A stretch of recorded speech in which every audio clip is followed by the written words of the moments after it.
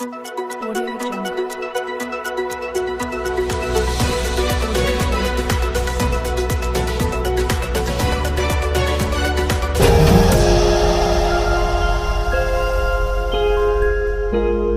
Peoples party किस जानिब देख रही है? वज़ीर आज़म आज़ाद कश्मीर ज़रदारी साहब इसमें कोई किरदार अदा करेंगे? कश्मीर हुकूमत को गिराने की कोशिश की गई, तो खैर आने वाला वक्त ही बताएगा।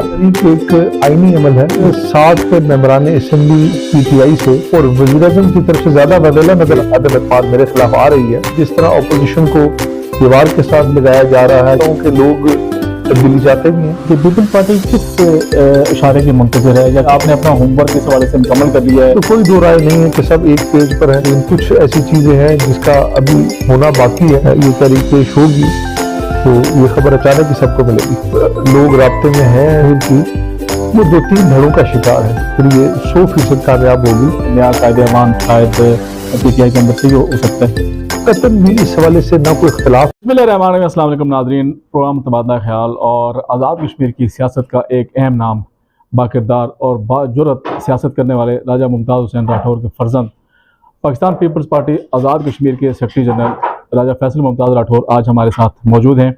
और आज हम इनसे तबादला ख्याल करेंगे कि आज़ाद कश्मीर की जो सियासी सूरत हाल है और जो हुकूमत की जानिब से कुछ इल्ज़ामात भी आयद किए गए थे और फंड्स का रोना भी रोया जाता है, इस हवाले से और ख़ासकर जो तहरीक अदम एतमाद की ख़बरें बड़ी गर्म हैं आज़ाद कश्मीर में, तो पीपल्स पार्टी किस जानिब देख रही है, पीपल्स पार्टी का क्या किरदार होगा आने वाले दिनों में, इस हवाले से आज फैसल मुमताज़ राठौर साहब से हमारी बातचीत होगी।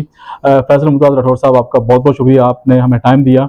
हम सबसे पहला क्वेश्चन आपसे यहीं से स्टार्ट करते हैं कि जिस तरह वज़ीर आज़म आज़ाद कश्मीर ये कह रहे हैं कि अगर मेरे खिलाफ तहरीक अदम एतमाद पेश की गई तो आज़ाद कश्मीर को मैदान कारज़ार बनाया जाएगा। गुज़श्ता रोज़ भी उन्होंने एक प्रेस कॉन्फ्रेंस की और उसमें बड़ी धमकियाँ अमेज़ उन्होंने गुफ्तगू की। उन्होंने ये कहा कि अगर ज़रदारी साहब इसमें कोई किरदार अदा करेंगे या आज़ाद कश्मीर हुकूमत को गिराने की कोशिश की गई तो इसके बड़े भयानक नताइज होंगे। तो आप क्या कहेंगे इसके हवाले से? शुक्रिया उस्मान साहब। सबसे पहले तो जहाँ तक आपने वज़ीर आज़म साहब के हवाले से बात की कि मैदान कारसाज बना देंगे, तो ये तो खैर आने वाला वक्त ही बताएगा। अदम एतमाद की तहरीक एक आईनी अमल है और एक आईनी तरीक़ेकार के तहत ही ये पेश की जाती है। और लाजिम बात है कि इस वक्त अपोजिशन के जो अरकान हैं वो कुल मिला के तकरीबन 20 बनते हैं। तो जब तक 7 मेंबरान असेंबली पीटीआई से अपना वोट प्राइम मिनिस्टर के खिलाफ कास्ट नहीं करेंगे तो उस वक्त तक ये तहरीक अदम एतमाद कामयाब नहीं हो सकती। और आपको याद होगा कि आज से कुछ माह पहले तक अपोजिशन शोर करती थी कि हम अदम एतमाद लाएंगे, लेकिन आज हमें अपोजिशन की तरफ से खामोशी और वज़ीर आज़म की तरफ से ज्यादा रवेला नजर आ रहा है कि वो इस चीज का शोर मचा रहे हैं कि अदम एतमाद मेरे खिलाफ आ रही है। तो अगर नहीं आ रही या वो समझते हैं कामयाब नहीं हो सकती, तो फिर किस चीज की उन्हें परेशानी है? क्यों वो इतना मैदान कारसाज बनाने की बातें कर रहे हैं? तो पहले भी ये आज़ाद कश्मीर में आपने देखा कि 2006 से लेकर 2011 के दौरान 3 हुकूमतें तब्दील हुई। चौथा आखिरी वज़ीर आज़म सरदार अतीक खान फिर बने एक बार। तो ये तो एक माजी में भी आज़ाद कश्मीर में मैं समझता हूँ कि ये रिवायत भी रही है। तो आज जिस तरह से जो हुकूमत के हालात हैं, जिस तरह से हुकूमती रवैया है, जिस तरह अपोजिशन को दीवार के साथ लगाया जा रहा है, जिस तरह जवाबदेही के अमल से बचने की कोशिश की जाती है, ये लोगों के लिए भी एक सवालिया निशान है और मैं समझता हूँ कि लोग तब्दीली चाहते भी हैं। अच्छा, ये बताएं कि पीपल्स पार्टी किस इशारे की मुंतज़िर है या किस तरफ देख रही है? मतलब पीपल्स पार्टी के लोग भी पूरे हैं, नून लीग के भी पूरे हैं, तो क्या ये देखा जा रहा है कि इनका जो पीटीआई का फॉरवर्ड ब्लॉक है वो कब सामने आएगा? वो सामने आएगा तो फिर आप अपनी स्ट्रेटजी वाजे करेंगे या आपने अपना होमवर्क इस हवाले से मुकम्मल कर लिया है? तो ये भी बताएं कि क्या फॉरवर्ड ब्लॉक के लोग आपसे राब्ते में हैं या क्या सूरत हाल है? देखिए, सूरत हाल तो मुख्तलिफ औकात में मुख्तलिफ रही है। यकीनन इसमें अपोजिशन और हुकूमती लोग जब तक एक साथ नहीं मिलते तब तक अदम एतमाद की तहरीक नहीं हो सकती। 20 लोग जहां तक अपोजिशन की बात है तो उसमें तो कोई दो राय नहीं है कि सब एक पेज पर है और इसमें कोई और हमारे दरमियान में ऐसी चीज नहीं है जिसकी बुनियाद पर अदम एतमाद की तहरीक पेश ना होती। लेकिन कुछ ऐसी चीजें हैं जिसका अभी होना बाकी है और मेरे ख्याल में जब ये तहरीक पेश होगी तो ये खबर अचानक ही सबको मिलेगी। अच्छा, हमारी नून लीग के सदर हैं शाह गुलाम कादिर साहब, उनसे बात हुई थी, उन्होंने कहा जी हमारे साथ राब्ते में हैं जो पीटीआई के कुछ लोग हैं जो तब्दीली चाहते हैं, तो क्या पीपल्स पार्टी से भी कोई राब्ता हुआ है इस तरह का? देखिए, यकीनन लोग राब्ते में हैं, गाए बगाए हमारे जरिए भी, पार्टी की क़यादत के साथ भी, क्योंकि इसमें तो कोई दो राय नहीं है कि इस वक्त पीटीआई की जो हुकूमत है आज़ाद कश्मीर की, वो दो तीन धड़ों का शिकार है और उनके दरमियान आपस के काफ़ी इख्तलाफात मौजूद हैं, जिसका इजहार कहीं ना कहीं किसी न किसी हवाले से किया भी जाता रहा है। लेकिन लाजमी बात है कि अदम एतमाद की तहरीक, तब्दीली का अमल, ये कोई एक इतना आसान काम नहीं होता कि इसमें आप जब एक हुकूमत को तब्दील करते हैं तो उसके लिए नए कायदे अवान को लेके आते हैं, तो इसमें ज़रा सी भी गुंजाइश नहीं होती कि वो नाकाम हो। तो इस हवाले से लाजमी बात है कि अगर ऐसा वक्त आया तो मेरे ख्याल में फिर ये 100% कामयाब होगी, किसी भी सूरत में नाकामी की कोई गुंजाइश इसमें नहीं होगी। अच्छा फैज़ल साहब, ये भी कहा जा रहा है कि जो नए कायदे अवान के हवाले से किसी एक नाम के ऊपर इत्तफाक नहीं हो रहा है, ना पीपल्स पार्टी की जानिब से हो रहा है, नून लीग के वाले तो ये कह रहे हैं कि हम इत्तफाक कर रहे हैं कि पीपल्स पार्टी अपना कोई भी अगर कैंडिडेट, कोई उम्मीदवार सामने लाती है तो हम उसकी हमायत करेंगे। और ये भी कहा जा रहा है कि हो सकता है कि नया कायदे अवान शायद पीटीआई के अंदर से ही हो सकता है। देखिए, एक बात तो पीपल्स पार्टी और मुस्लिम लीग नून के दरमियान तय है कि चूंकि पाकिस्तान पीपल्स पार्टी सबसे बड़ी पार्लिमानी पार्टी है, तो इस हवाले से ये तय था कि अगर अदम एतमाद की तहरीक आती है तो कायदे अवान के लिए पाकिस्तान पीपल्स पार्टी को मौका दिया जाएगा, और ये बात हमारी क़यादत की तरफ से इसका फैसला था, दोनों क़यादतों की तरफ से। तो इस हवाले से इसमें तो कोई दो राय नहीं है। जहाँ तक एक अक्सर हम ये सुनते हैं कि कायदे अवान का फैसला नहीं हो रहा या इस पे इख्तलाफ है, तो इसमें मैं आपको बात बता दूं कि हमारी जमातों के अंदर कतन भी इस हवाले से ना कोई इख्तलाफ है, ना ही इसकी गुंजाइश है।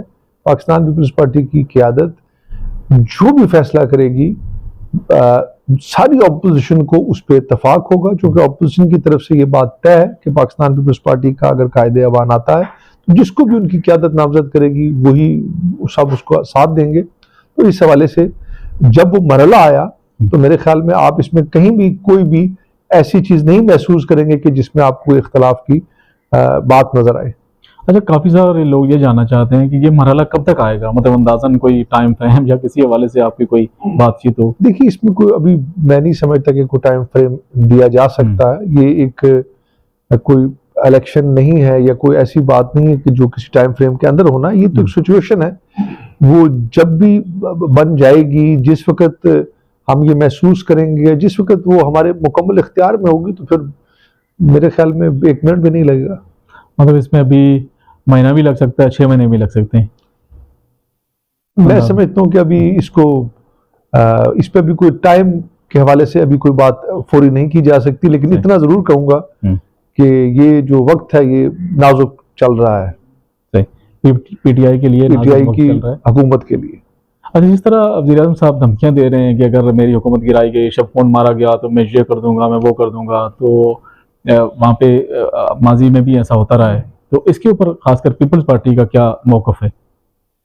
देखिए, वज़ीर-ए-आज़म साहब को मैं नहीं समझता कि इस तरह का रवैया अख्तियार करना चाहिए। प्राइम मिनिस्टर साहब मेरे हल्का इंतखाब में भी गए इस बल्दियाती इलेक्शन के दौरान, उन्होंने वहाँ पर भी कुछ इसी तरह की ज़बान इस्तेमाल की। उससे पहले वो चौधरी यासीन साहब के हल्के में गए, वहाँ पे भी उन्होंने इस तरह की ज़बान इस्तेमाल की। उन्हें इस बात का एहसास नहीं है या वो समझ नहीं पा रहे कि जब इंसान किसी कैसे मनसब पर पहुँच जाता है तो वो किसी एक जमात की नुमाइंदगी नहीं करता, वो पूरी रियासत की नुमाइंदगी करता है। और इस तरह की बातों से, इस तरह की हरकतों से मैं समझता हूँ कि इस चीज़ का लोगों को खुद ये बात महसूस लोग कर रहे हैं कि वो शायद इस मौजूदा सूरत हाल से खाइफ हैं या वो बुखलाए हुए हैं, या ये उनकी बुखलाहट का सबूत है कि वो इतना शोर कर रहे हैं।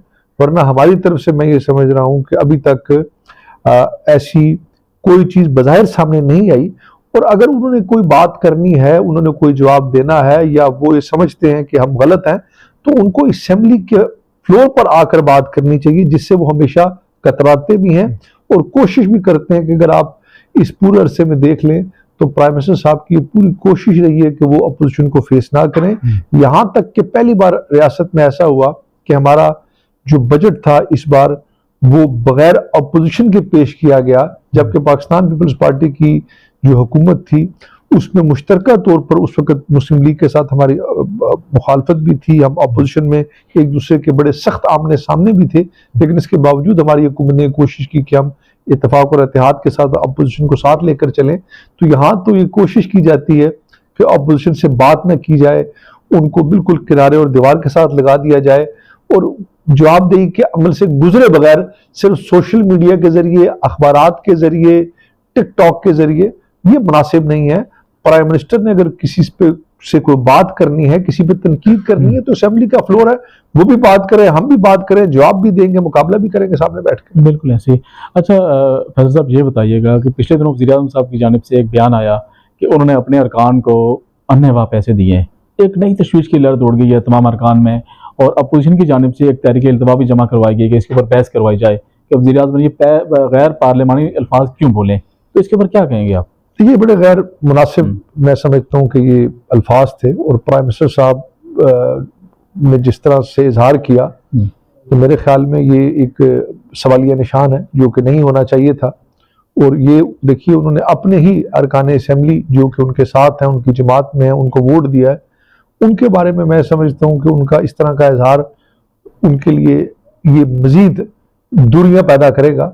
और हमने इसी हवाले से तरीके इस्तेकाक जमा कराई है कि ये जो अल्फाज उन्होंने इस्तेमाल किया है इसको असेंबली के फ्लोर पर आकर वो बात करें, वो बताएं, ताकि चीज़ें आमने सामने हो, ना कि किसी के पीठ पीछे या सोशल मीडिया में। क्योंकि अरकान असेंबली इस तरफ के हों या इस तरफ के हों, सबकी इज्जत हुर्मत जो है वो बराबर है।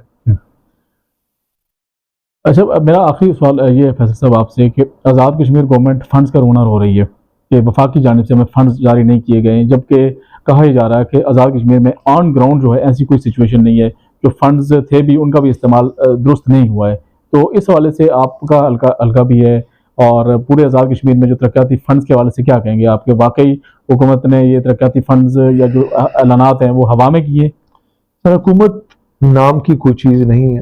हुकूमत अपनी कमज़ोरियों को, अपनी कोताहियों को छुपाने के लिए ये जो फंड्स का शोर मचा रही है, आप देख लें कि इस वक्त तक इस 1.5 साल के अरसे में इस हुकूमत ने मासवाए अपनी हुकूमत को करप्शन के बना पर हटाने के अलावा कोई दूसरा ऐसा काम नहीं किया। अभी तक जो फंड्स इनके पास थे वो यूटिलाइज नहीं कर पाए। अभी तक ये अपनी उन सड़कात जो कि पिछले साल होनी थी वो आज जाकर कहीं उसके पिछले दिनों जाकर टेंडर हुए हैं। तो ये शोर मचाने का सिर्फ मकसद ये है कि जो इनकी अपनी नाकामी है वो फंड्स का शोर मचाकर एक तरह से ये तासुर देना चाहते हैं कि शायद वफाक की हुकूमत चेंज हो चुकी है और उस चेंजिंग की बुनियाद पर, तब्दीली की बुनियाद पर हमें फंड मुहैया नहीं हुए। ऐसी कोई बात नहीं है। मैं समझता हूँ कि वफाक की तरफ से पूरा ताउन है। अगर ये काम करने वाले बने, काम करें तो फंड्स भी मुहैया होंगे। लेकिन मुझे सिर्फ ये बता दीजिए कि इस 1.5 साल की इस हुकूमत की कोई एक ऐसी कारकर्दगी, एक बल्दियाती इंतखाब जिसका ये क्रेडिट हासिल करके ये समझते हैं कि हमने ये बड़ा कारनामा किया। ये तो सुप्रीम कोर्ट का वो फैसला था जिस पर अपोजिशन और हुकूमत ने मिलकर अमल दरामद किया। और अगर हमारा ये मुश्तरका ताउन ना होता तो ये इलेक्शन बड़े मुश्किल थे। और ये मुश्तरक, और उसमें भी आप देख लें कि अपोजिशन जमातों ने जिस तरह के रिजल्ट आए उसमें भरपूर कामयाबी भी हासिल की है।